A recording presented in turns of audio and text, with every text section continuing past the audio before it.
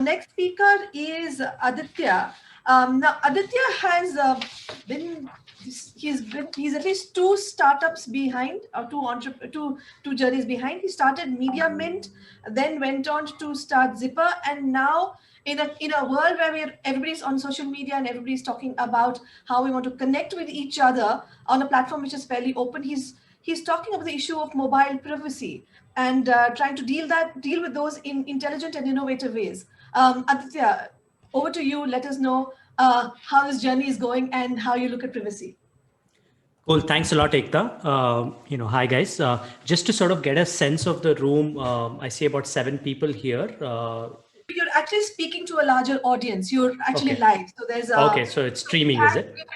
We've had more than 32 registrations. So so the numbers are, huge who'd be hearing you. So it's just that this is a room where you see us, but your audience is much larger. Got it. Cool. Thanks a lot for letting me know, Ekta. I think, as she mentioned, I think we all talk about being able to connect socially, and the way that technology has allowed to break down barriers, whether it's geographically or ethnically or whatever.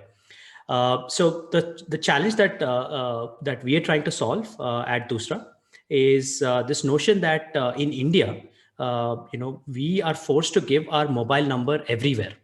You go to a mall, you go to a supermarket, you go to a restaurant. These days with COVID and stuff, you go to any building, even they ask you for your mobile number, right? In the garb of like contact tracing or whatever. So what we realized is, at some level, we all hate giving our mobile number in public places. And why do we hate it? If you go back about 15 years, the one of the first businesses that would take a mobile number was Domino's Pizza, right? And when Domino's used to take your mobile number, and next time you called them, they would say, hi Aditya, what can I get for you? So we felt really overjoyed, right? That somebody was able to actually recognize us and possibly even remember our last order.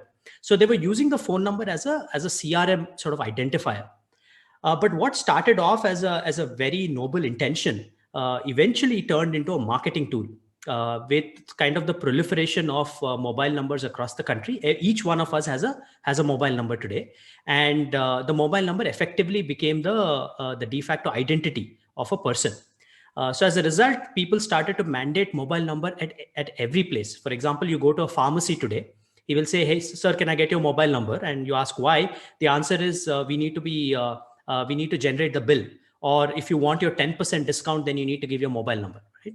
And what ends up happening after that is basically your mobile number goes into the hands of that business, and you end up getting spam calls or messages and stuff like that. Obviously, all of this is amplified in the case of women, where women are forced to give their mobile number at public places, and that leads to a lot of inappropriate calls or messages. So what we've done at Dusra is basically tackle this problem from a consumer standpoint, and we said, hey, we all hate giving our mobile number at public places, so how do we solve for it? And what we did is essentially brought to the market a couple of months ago a virtual mobile number that you can give at every public place. Now you might ask, how is this different from any other mobile number out there? So the way Dusra works is it blocks all calls by default, which means if somebody were to try to call your Dusra number, it basically play out a standard message that says the person you're calling is not available. If you want, you can leave them a voicemail. Now, this is completely different from how mobiles work, right? Mobile, if somebody had access to your mobile number, they would be able to reach you. Of course, if you had something like Truecaller or whatever installed, you can look at that and say, okay, this is a spam call that I don't want to take. But these days, what is happening is a lot of calls and messages are also being mistakenly or accidentally being marked as spam. So even if your Swiggy delivery guy is calling you, it shows up on your phone as a spam call. So you don't know whether to pick up or not pick up, right? So with all of these challenges, we felt that there was a need to actually start splitting your identity. You have a personal mobile number that you share with friends and family, and you have a Dusra number that you share at all public places. So how do you sign up for Dusra? So you basically go to dusra.com and enter your primary number, verify it with an OTP, and you are instantly, and of course we charge for it, and I'll talk about why, but you're instantly given a 10-digit Dusra mobile number. Now, this is something that you can use everywhere, right? You want to sign up somewhere, they will send you an OTP. You want to give a mobile number at a public place. You want to sign up on one of these insurance aggregators or one of these car portals or whatever, wherever you want, anywhere, online or offline, you can start giving a Doosra number. So Doosra is a paid product, and the reason for that is very simple, because we believe that for far too long, we have become the product for digital companies, right? And this includes all of the big guys, right, where all of your data is being aggregated and used by them to do behavioral profiling. So we felt that we can build a sustainable business by asking people to pay for the product and giving them the confidence and vouching for the fact that your data will be not used for promotional or for marketing purposes. So we have two plans today, which are up on the website. One is a 6-month plan for 500 rupees. The other is a 1-year plan for 700 rupees. And obviously, we do understand that a lot of folks like us in India would like a fancy number, right? A number that I can remember or whatever. So we do have the ability for people to customize their number. We charge a small premium for it, and we've seen that fly off the shelves as well. So what we've seen overall is our country has sort of gone in the direction where the mobile number became mandatory for everything.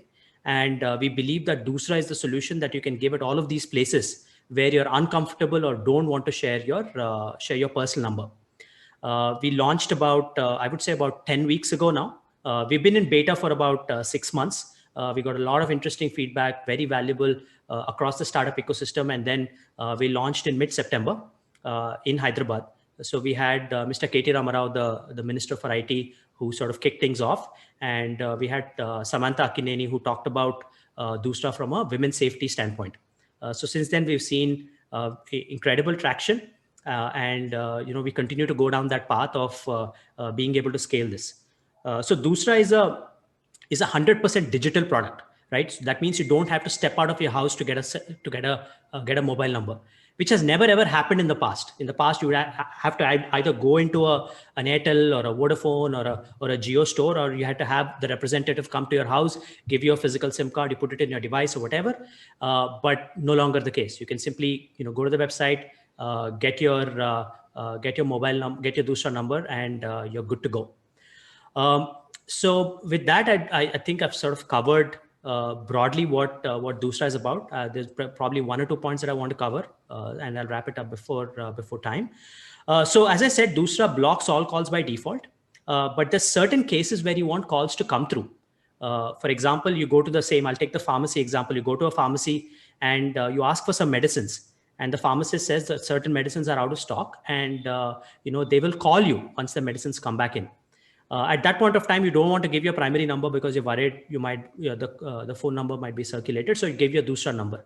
During that time, what you do is you basically add the pharmacist's phone number as a trusted contact. And when that person calls you, the call bypasses the call blocker and gets forwarded to your primary number. So that way you don't miss the important calls that you need to. At the same time, if anybody were to get a hold of that number and try to sort of either send you spam calls or messages, you will have the protection of that filter. So essentially, what Doosra does is it gives you the ability to sort of take back your privacy and gives you the control of who you want to give your personal number to and who you want to give your Doosra number to. So people sign up on the website and then download the app to manage all of these settings. So I think that's it, guys. Thank you so much. It's very interesting, how Doosra works, and it can safeguard your identity. But my biggest thing would be with people like me who have poor memories. Remembering one number is difficult, and you have to remember two. Yeah. But I think with more and more people people need to be careful about what information you share and with whom you share it. Because while we believe that everybody should be good, data is still data. With that, thank you so much, Aditya, for joining us on Open Mic.